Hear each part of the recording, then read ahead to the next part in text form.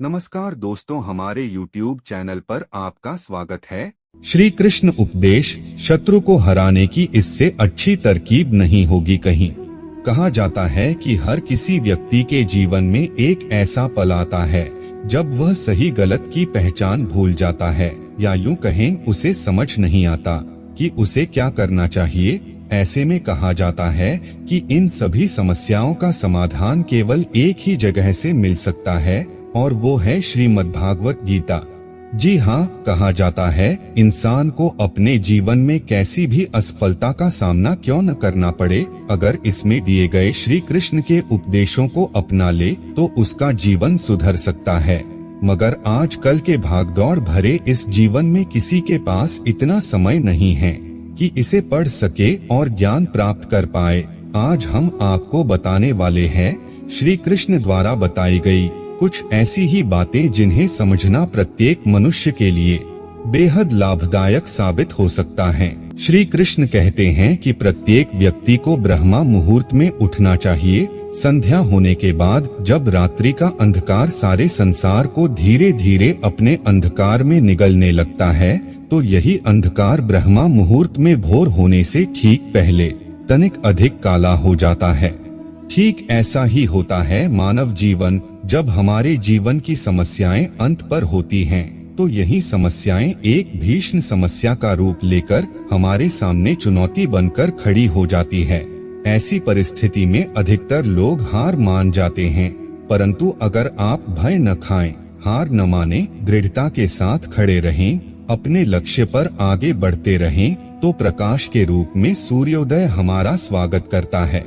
बरगद का वृक्ष जितना विशाल होता है उतना ही दृढ़ होता है। पतझड़ में वो सूख जाता है, परंतु दुर्बल नहीं होता, नहीं टूटकर गिरता है।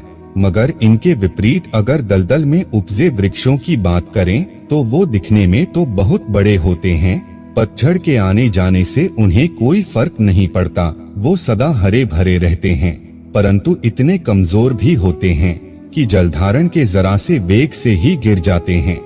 मगर क्या आपने कभी सोचा है कि ऐसा क्यों होता है? इसका कारण क्या है? जिसकी जड़ें दृढ़ भूमि में हो वो हर प्रकार की रीतियों को सह लेता है। इसके विपरीत जिसकी जड़ें दलदल में, वो अपने आप को उन जड़ों के अनुरूप दुर्लभ बना लेता है।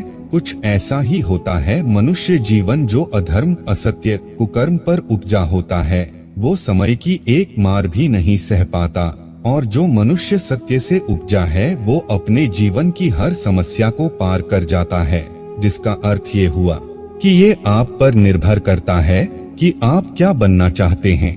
हमारे जीवन में मित्र और शत्रु का बड़ा महत्व होता है। अगर गंभीरता से सोचा जाए तो कोई ऐसा क्षण नहीं जब हम अपने मित्रों और शत्रुओं के बारे में न सोचते हों। हमारा हर कार्य या तो हमारे मित्रों के हित के लिए होता है या अहित के लिए। हम हर स्थान या अपने मित्रों के साथ होते हैं या शत्रुओं के साथ। कोई नहीं चाहता कि उसका शत्रु खुश रहे, बल्कि प्रत्येक व्यक्ति चाहता है उसका नाश हो जाए, जिसके लिए वो उसे हर तरह से हानि पहुंचाने की भी कोशिश करता है। परंतु एक ऐसा भी मंत्र है जिसे अपनाकर आपको उपरोक्त काम नहीं करने पड़ेंगे और आपके सारे शत्रुओं का नाश भी हो जाएगा, और वो मंत्र है शत्रु को मित्र बनाना। जी हाँ, अगर हम अपने सारे शत्रुओं को मित्र बना ले तो जीवन खुद ही सरल हो जाएगा।